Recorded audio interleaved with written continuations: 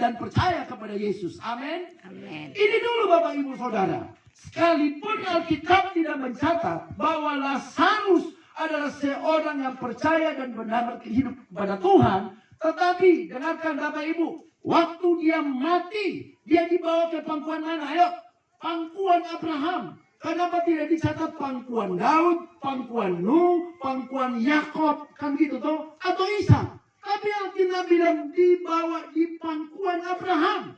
Artinya begini Bapak Ibu, waktu kita mendengar cerita yang tadi yang mengatakan, waktu Lazarus dia mati dan dia dibawa ke pangkuan Abraham. Saya mau tanya dulu, saya berharap saudara tahu. Di dalam perjanjian lama, Abraham disebut dan dikenal sebagai bapak segala apa? Jawab dulu. Percaya. Dalam perjanjian baru, Abraham dikenal sebagai bapak segala apa? Segala orang beriman, percaya. Jadi Bapak Ibu, waktu Lazarus dia duduk di pangkuan Abraham, itu membuktikan waktu Lazarus Bapak Ibu Saudara dia hidup dalam Tuhan, dia belajar untuk hidup benar. Pertama dia percaya kepada Tuhan. Sekalipun dia susah, dia tidak ingin menyusahkan orang. Dia berhidup apa adanya. Amin. Dia tidak coba menjadi peminta-minta atau jadi perampok atau penipu atau berutang lalu tidak bayar utang yang dia pinjam. Tidak ada sama sekali. Imannya mantap, tetap bergantung kepada Tuhan, tetap percaya kepada Tuhan. Maka apa yang dia lakukan tadi itu, itulah yang menjadi dasar yang membawa dia bisa menikmati Firdaus. Jadi dengarkan Bapak Ibu Saudara, Lazarus ada tambahannya. Lazarus saudara dia masuk surga, ya. Masuk Firdaus bukan karena dia miskin, bukan karena dia kelaparan. Nah orang kaya pun saudara dia mati Bapak Ibu, dia tidak masuk surga bukan karena dia orang kaya. Kalau kita berpikir Bapak Ibu, ya miskin itu akan membuat kita masuk surga, maka tidak ada orang yang kaya. Tidak ada orang yang punya mobil. Tidak ada orang yang punya HP bagus. Karena saya lihat ini rata-rata punya HP. Coba yang pegang HP angkat tangan. Berarti kau adalah orang kaya. Amin. Kayaknya tidak ada yang apa pindah kerja begitu. Kita kerja cuma kebun. Pokoknya kalau sudah pakai itu orang kaya. Kau mau apa? Coba orang kaya angkat tangan. Iya. Saudara, saya beritahu tentang kaya. Kaya itu bukan karena punya harta benda saja. Kaya itu adalah sesuatu yang kita miliki, yang kita punya, yang kita merasa itu cukup untuk membantu proses kehidupan kita. Amin. Itu adalah kekayaan kita. Jadi sekalipun tidak punya mobil, punya tanah cuma 25 kali 100, atau tangannya dikasih pinjam, tapi bisa kelola, sayur betakas itu kan adalah kekayaanmu. Jadi sebenarnya, bilang sama tetangga kiri kanan, sebenarnya tidak ada orang miskin. Cuma yang ada orang pemalas, matuknya. Halo, ada orang kan tidak? Masalahnya sekarang kita punya kekayaan, ada yang salah. Kekayaan itu harus dibangun dari iman. Ayo, aku korek lagi bilang, kekayaan itu harus dibangun oleh iman. Amin. Iman itu adalah kekayaan yang kekal. Kekayaan mobil, harta benda ini kita tidak akan bawa ke kubur. Sekalipun ada orang kaya yang saya lihat, pasal juga Saya lihat di YouTube, saya juga lihat di kuburan sampai dong bisa bawa depo emas, saya sampai itu emas itu kasih tinggal sudah. Suami bilang, sudah ini dia punya kesenangan. Saya bilang, aduh mama, ranting emas. Kasih tahu itu anak hampir. Kalau bapak pendeta itu pernah mau dengan sudah itu dia punya kesukaan. Sampai dong kubur saudara, dong beton itu mungkin besok pagi baru pulang. Karena sudah ditahu kok lingkar kuning, telinga kuning, leher kuning, tangan kuning, akhirnya kena penyakit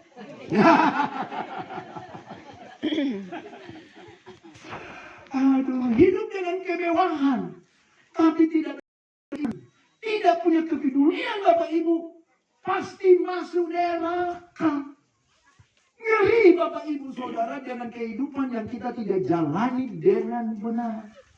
Makanya yang pertama tadi sudah saya bilang, hidup benar itu dimulai dari beriman. Saya percaya kita semua, coba Bapak lihat sini. Apakah orang-orang beriman? Atau cuma orang-orang yang beramal? Beramal tidak beriman juga ada masuk neraka Bapak Ibu Saudara. Jadi yang pertama harus beriman. Dan Alkitab bilang iman tanpa perbuatan adalah mati. Jadi Bapak Ibu dengarkan ini. Sekalipun kita juga ini beriman, tapi tidak punya perbuatan, kita ini adalah orang-orang yang mati. Ya. Kalau saudara yang percaya Yesus tapi tidak ada perbuatan, berarti saudara juga adalah orang mati. Coba lihat kiri kanan. Sudah beriman? Sudah. Ada perbuatan? Belum. Berarti saudara juga adalah mayat yang hidup, yang sewaktu-waktu tinggal diambil dan dibuang ke neraka Bapak Ibu Saudara. Jadi jangan main-main dengan kehidupan ini. Nah, berita ini menolong kita Bapak Ibu supaya sungguh-sungguh. Karena yang namanya beriman dan itu adalah bukti hidup benar, itu akan membangunkan kedua ini. Akan membuat kita Bapak Ibu Saudara sehingga punya hubungan yang manis dengan Tuhan. Bilang hubungan yang manis dengan Tuhan.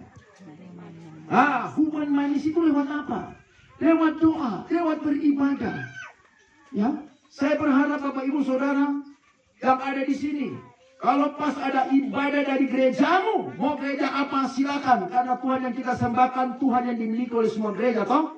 Betul tidak Bapak Ibu? Atau Tuhan di GKI, di Pantai Kosta dan Katolik, Tuhan namanya yang lain?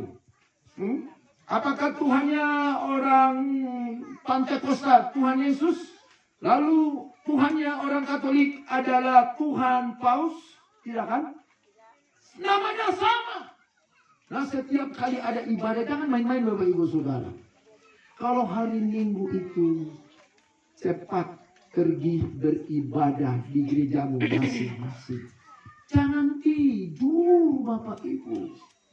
Nanti kalau saudara punya kasus kejadian model seperti ini, saudara akan terlambat menyesal. Mau minta tolong Lazarus, mau minta tolong Bapak Pendeta Markus. Oh, saya biasa lihat di Malombo, cek-cek. Oh, bukan orang beriman, pemalas. Cuma hanya di kebun saja. Dan akhirnya tidak punya waktu beribadah kepada Tuhan. Tinggal. Selamat jalan masuk neraka. Ya, tapi kalau saudara beriman dan membuktikan dengan buah, yaitu perbuatan yang benar, lewat ibadah yang saudara lakukan, selamat jalan masuk surga. Ini kiri kanan coba tanya. Mau selamat jalan masuk neraka atau selamat jalan masuk surga? Coba tanya. Masuk surga. Mau kayak Lazarus atau kayak Laode? Lazarus. Kita harus kayak Laode. Bayangkan Bapak Ibu. Kayak Lazarus. Ya, sorry. Iya. Saya salah ngomong karena Laode itu tidak namanya, yang karam bebas saja Bapak Pendeta. Minta maaf. Bayangkan Bapak Ibu. Sampai orang kaya itu dia bilang, aduh, tolong kasih tahu Kak, tolong kasih tahu supaya mereka bertobat semua. Kan gitu toh? Kasih ingat mereka, jangan main-main. Ternyata surga itu ada, neraka itu ada, bukan cerita omong kosong, bukan cerita fiktif. Ini sungguh-sungguh ada Bapak Ibu Saudara. Jadi dengarkan ini. Hari ini mulai sungguh-sungguh datang kepada Tuhan. Hari Minggu tidak ada yang dikodok. Bangun pagi cepat, lihat gereja yang ada di sekitar saudara, masuki itu. Atau ke gereja di mana saudara sudah terbiasa situ. Datang ke situ. Jangan tidur-tidur di rumah. Ayo bangun cepat. Amin. Amin. Ibadah dulu. Nanti selesai ibadah, baru pergi ke kandang. Atau ke kandang cepat-cepat kasih makan mandi, lalu ke gereja. Kan begitu Bapak Ibu. Saya lihat Tuhan, belum bisa berjam-jam petik sayur emas. Iya. Nah, belum ada yang tahu dari luar toh. Emasnya orang Malompo, tahukah tidak apa? Ayo orang Malompo, emasnya orang Malompo di sini apa? Sayur apa? Kamu kalah. Orang Malompo lebih kaya daripada kamu. Amin. Orang Malompo, aminkan. Iya, nanti kita berdoa Bapak Ibu Saudara, supaya babi-babi jangan ada mati lagi. Iyo, saya kasihan dengar barang itu, oh Tuhan, kita harus doakan sebentar.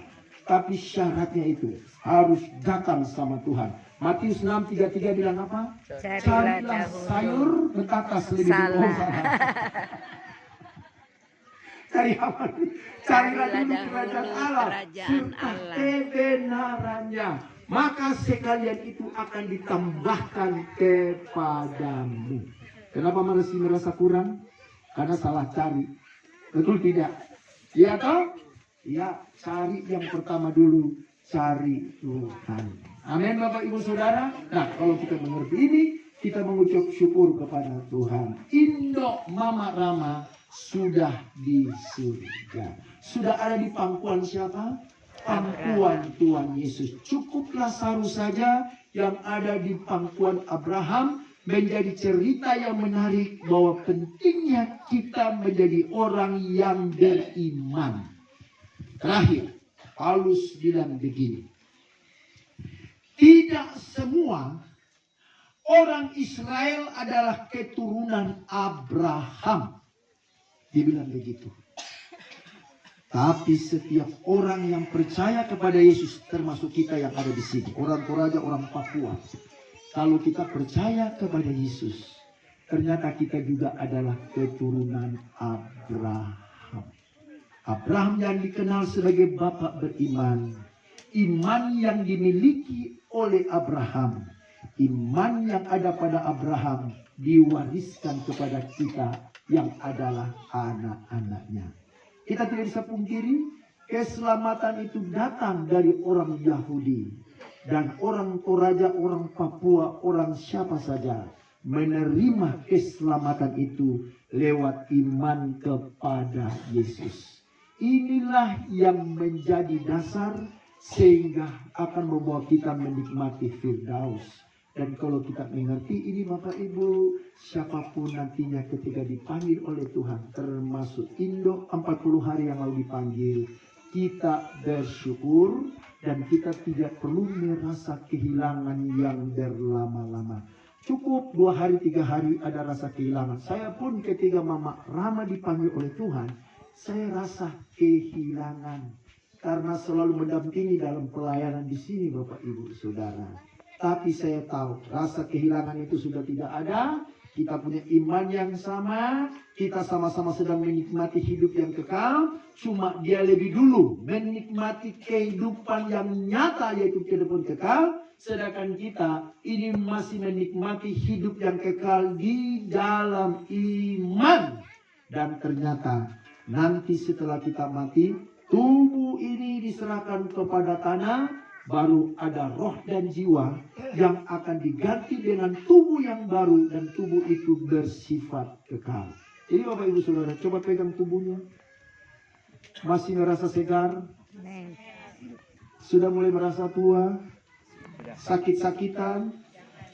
Sudah mulai merasa bau apa? Ada teman yang jangan sebut barang begitu kan? Sudah merasa bau apa? Bapak dia tak oke lah. Sudah merasa bau apa? Bau surga atau bau tanah? Coba tanya, bau surga atau bau tanah? Oh, bau surga. Iya, coba ini, bau surga. Ya, kalau saudara tahu, iya, tubuh saya ini bau surga. Kita bilang begitu. Sekalipun tubuh kita semakin merosot, semakin tua, mulai terasa ada sakit-sakitan, lutut mulai rasa nyeri, pinggang, mulai sering kali pusing, dan kemudian banyak nama penyakitnya.